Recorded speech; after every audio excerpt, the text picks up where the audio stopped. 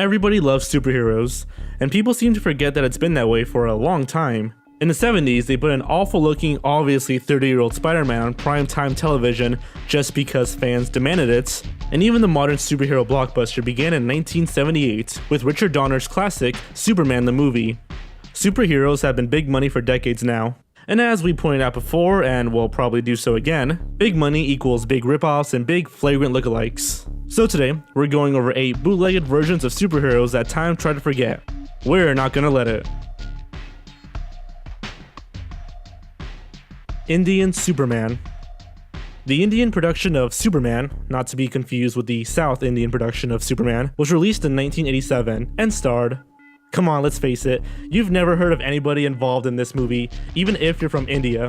It was directed by a guy and starred some actors, and according to its plot summary, it actually stays pretty close to the Superman origin story.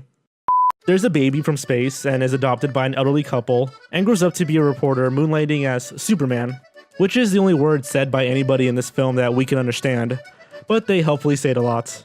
Then there's like an hour and a half of stuff happening with barely any Superman in it, where we find out, again through its plot summary, that this film is totally incomprehensible, that the Lana Lang equivalent has become a supervillain of some kind, because why not? Maybe Lex Luthor translates to shit sandwich in Hindi. Anyways, Indy Soups eventually faces off against some flunkies with his awesome powers, saves a busload of kids off a cardboard bridge, and stops a raging flood by pushing over a big rock. It's all very Superman, leading to a decent ripoff of the 1978 film's Earth-reversing finale, followed by, surprisingly, a no-cast dance number.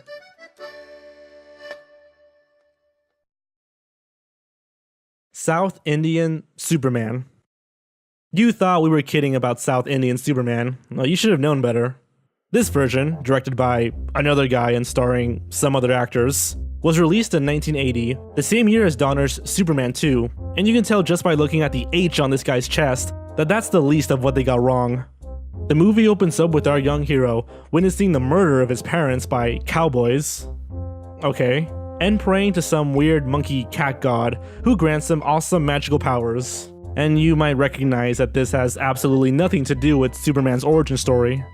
Anyways, the boy grows up to seek revenge, becoming Superman, and taking on murderous cowboys with his regular chubby physique and really ordinary looking fighting skills. And the rest of the plot is just really tough to decipher. But there's dancing, just a ton of dancing. Incidentally, it's over 2 hours long, almost as long as the real Superman movie. Supermen Doğanıyor, or Turkish Superman.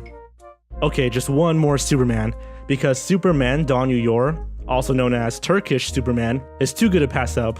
In the 70s and 80s, the Turkish film industry was prone to stealing shit from Hollywood in more ways than one, as we talked about before in our award-winning analysis of Turkish Star Wars. This led to this weird phenomenon of films with below-average production values, yet they still had big scores and professional special effects, because they were ripped directly from Hollywood and whatever blockbuster they could get their hands on. For example, the opening of this film is clearly shot in a kid's bedroom, with a Christmas tree ornament standing in for Krypton. Yet, it features the same awesome John Williams score as the original.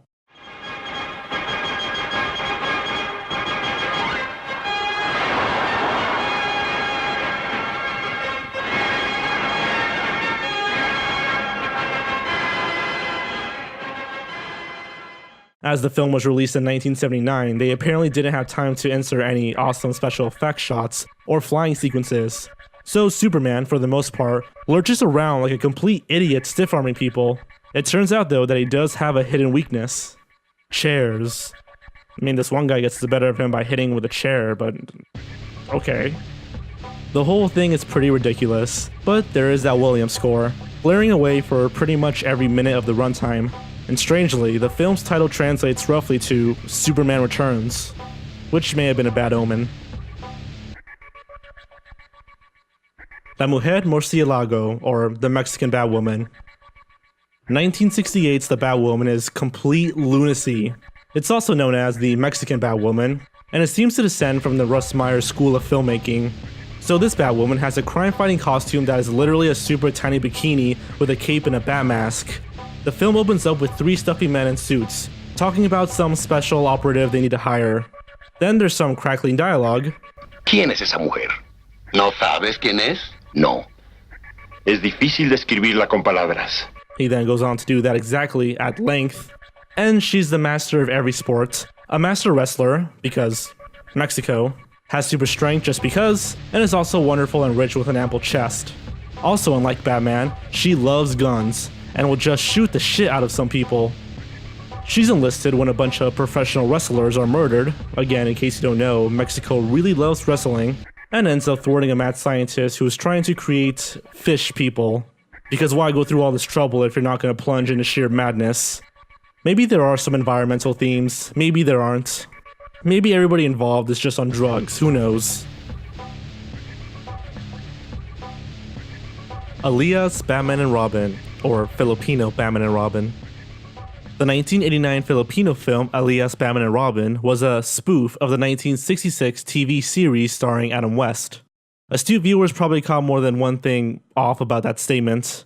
For one, 1989 was also the year that Tim Burton's Batman changed the whole genre by going relatively dark and ignoring the character's campy 60s roots. Also, the then 23-year-old series just seems like a weird thing to cash in on at the time. For another, the series itself was pretty much a send-up of the superhero genre, and spoofing a send-up is redundantly redundant. The film lags on for an hour and a half, setting up its wacky rogues gallery before introducing its heroes with a really great Beach Boys inspired theme song, apparently the only other thing the filmmakers could think of having to do with the 60s.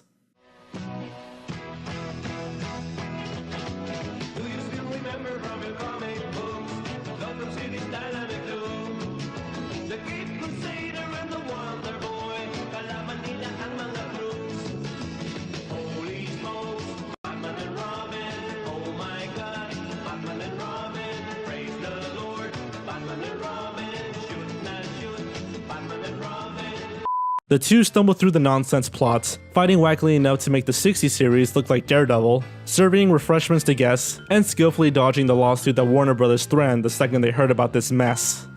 The film received a release in the Philippines in 1991, after working out a few legal issues, which translates to waiting for Warner Bros. To forget all about it.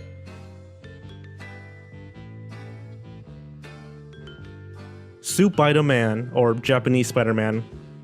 Spider-Man the movie, also known by its Japanese title Spider-Man, is actually a spin-off of a television series. The costume looks pretty close to, maybe even a little better than, the one featured in the American TV series. But don't let that fool you. The movie takes place between episodes 10 and 11 of the series. That is to say that, costume aside, this has fuck all to do with Spider-Man. The hero is Takua Yamashiro, which is of course Japanese for Peter Parker. A motorcycle racer who gets his powers from a spidery alien that he finds inside a crash-landed UFO. Okay. Professor Monster and his Iron Cross army hate the spider aliens, and they kill Spider-Man's father, and also there are mechs. Change me apart.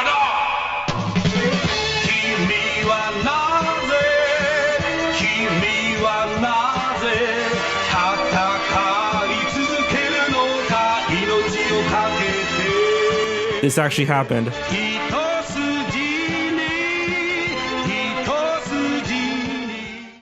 The bracelet that Spider Alien gives Spider-Man, which gives him control of the alien ship, also transforms into a giant mech named Leopardon.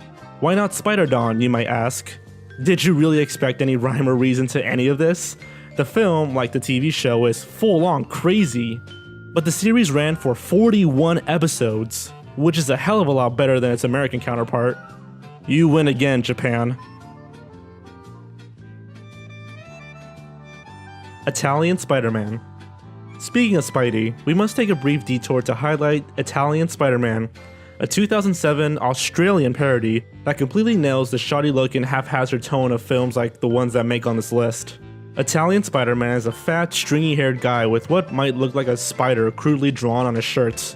He smokes cigarettes, rides motorcycles, and is just as likely to punch a beautiful victim in the face as a would-be crook. As you can imagine, the trailer made the internet freak out, and the feature film, broken into 10 episodes, was very well received. Unfortunately, although it ended on a cliffhanger, there won't be a sequel to this one. The project sadly ended when the filmmakers went on to a new web series. Rest in peace, sandwich-munching, trumpet-wailing, fat, greasy Italian Spider-Man. You were an excellent gag made by people with way too much time on their hands. 3 Dev Adam, or 3 Giant Men. And now for the film that really helped to jumpstart this entire ripoff frenzy. 3 Dev Adam, or 3 Giant Men, was a 1973 Turkish film that threw together Captain America, Mexican wrestler and national hero Santo, and Spider-Man into a crazy stew that plays fast with a loose plot, characterization, and most if not all normal aspects of filmmaking. Spider-Man, who looks like a blind toddler slapped together his costume, is a Turkish criminal mastermind, whose enterprise is counterfeiting American money. So the only sensible thing to do, obviously, is to call in Captain America, who of course is a Turkish guy and seems to be lacking a shield, and Santo, the Mexican wrestler, to deal with the problem. Of course, Spider-Man in this film is just a regular guy. He doesn't have spider powers, he just fucking shoots people. But the police see that he has a weird costume, so fight fire with fire, I guess. The whole thing goes pretty straightforward, with fake Captain America and Santo raiding a gang hideout to try to kill the operation into submission. The only twist is that there are actually 4 Spider-Men, so they defeat and kill the villain 4 times. The end. This film is objectively silly as shit, but Turkish audiences loved it, and their film industry learned all the wrong lessons. 3 Dev Adam is likely the very beginning of the whole ripping off superheroes industry, the first to crank up a never-ending crap mill that we will continue to mock until the heat death of YouTube.